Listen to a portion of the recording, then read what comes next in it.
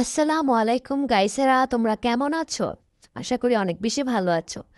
আজকে হচ্ছে মানে আজকে না কালকেই ভাবছি যে ঘরের মধ্যে হালিম রান্না করব। তো জামাইরে দিয়ে আনায় রাখছি। তো কালকে তো আর রান্না করি নাই, আজকে রান্না করব। তো এই তো হালিম মিক্স নিয়ে আসছি। তো হালিম মিক্স রান্না করব, তো হঠাৎ করে আয়নার সামনে গিয়ে দেখি যে আমার এক কানের হচ্ছে কানের দুল হারায় গেছে। তো তখন হচ্ছে হালিম রান্নার একদম মুডটাই চলে গেছে। তো এতটা মন খারাপ লাগতেছিল। তো অনেক খোঁজাখুঁজি করছি, পাইতেছিলাম না, অনেক কষ্ট লাগতেছিল। কারণ আমার গোল্ডের প্রত্যেকটা জিনিস আমার অনেক বেশি শখের, অনেক শখ করে এগুলো আমি হচ্ছে বানাইছি। সবচেয়ে শখের যদি কিছু আমার হয়ে থাকে সেটা হচ্ছে আমার গোল্ডের জুয়েলারি। তো হঠাৎ করে দেখি আমার কাঁধে নাই। তো অনেক বেশি কষ্ট লাগতেছিল, আর অনেক খুঁজছি কিন্তু পাই নাই। তো না পাইয়া হচ্ছে আশাটা ছেড়ে দিছি। তো হালিম রান্না করাও বন্ধ করে দিছি। তো ভাবছি যে রান্না করব না।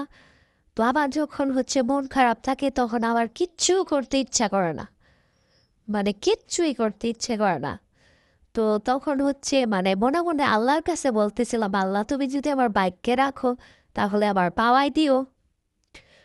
আল্লাহ যদি ভাগ্যে রাখে তাহলে সেটা আমি না খুঁজলেও পাবো। তারপর খোঁজা অলরেডি বন্ধ করে দিছি। তারপর আমি অন্য কাজে ব্যস্ত হয়ে গেছি।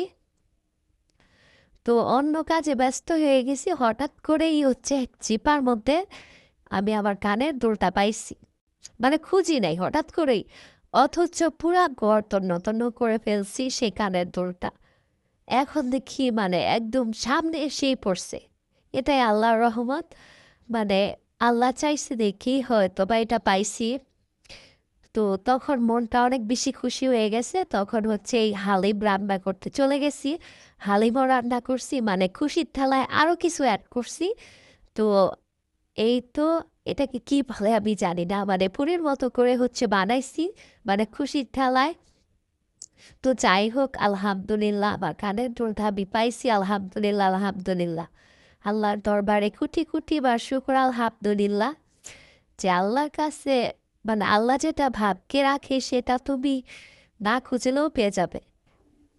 তারপর কিন্তু আমি হালিমও রান্না করছি, আরও কিছু রান্না করছি। অনেক মজা মজা করে খাইছি।